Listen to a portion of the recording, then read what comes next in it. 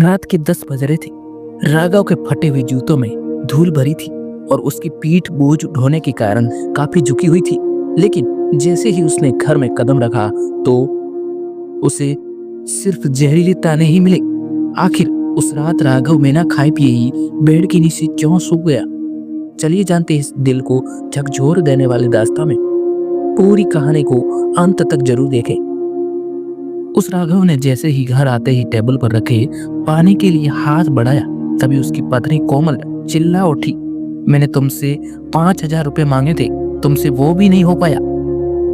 इससे अच्छा तो मैं किसी भीख मांगने वाले से शादी कर लेती, कम से कम वो तुमसे ज्यादा कमाता। जब से शादी हुई है मेरी जिंदगी नरक बनकर रह गई है। राघव तो बेचारा पहले से थका हुआ बिना कुछ खाए पिए ही बेड के नीचे जमीन पर ही सो गया। उसकी तो इतना सुनते ही भूख मर गई। थकावट भी इतनी थी कि खड़े होने की हिम्मत नहीं थी। उसे लगा कि शायद वो बिस्तर के लायक भी नहीं है। पत्नी कोमल को इससे कोई फर्क नहीं पड़ा। वो अपनी नाराजगी में सो गई। अगली सुबह कोमल उठी, लेकिन उसने ना तो नाश्ता बनाया और ना ही राघव से बात की। राघव चुपचाप उठा, बिना कुछ खाए पिए चुपचाप अपनी साइकिल उठाई और अपने काम पर निकल गया। दोपहर को जब कोमल का गुस्सा शांत हुआ तो उसे पड़ोस की एक औरत ने बताया कि आज पास के उस चौराहे पर एक मजदूर बेहोश होकर गिर पड़ा है, क्योंकि उसने कल रात से कुछ खाया नहीं था। कोमल को लगा कि शायद मेरे ही पति हो। वो भागती भागती हुई वहां पहुंच गई। उसने देखा कि राघव के चारों ओर लोगों ने घेर लिया। उसको लोग पानी पिला रहे थे। उसके पास एक छोटी सी पोटली पड़ी थी। कोमल ने वो पोटली खोली तो उसके अंदर 5,000 रुपए और एक छोटी सी पर्ची थी। पर्ची पर यह लिखा था कि कोमल, ये वो पैसे हैं जो मैंने पिछले 3 महीनों से अपना दोपहर का खाना छोड़कर जमा किए थे। मुझे माफ करना, मैं भीख मांगने वाले से बेहतर तो नहीं कमा सका, पर मैं तुम्हारी हर खुशी के लिए अपना वजूद मिटाने को तैयार था।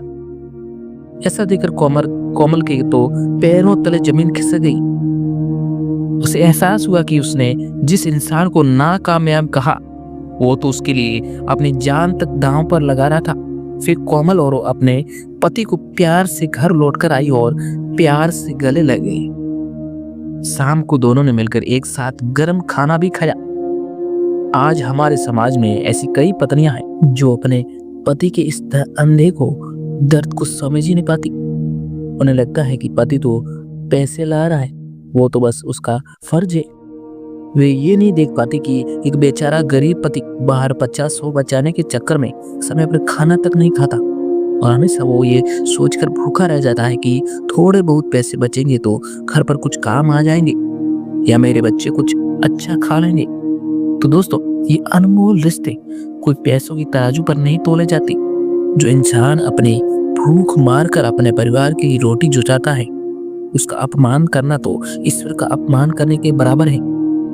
इसलिए अपने घर के पति, पिता या भाई की हमेशा कदर कीजिए और प्यार से सम्मान कीजिए। दोस्तों, आज की कहानी सुनकर अच्छी लगी हो तो कृपया हमारे इस चैनल को सब्सक्राइब जरूर करें।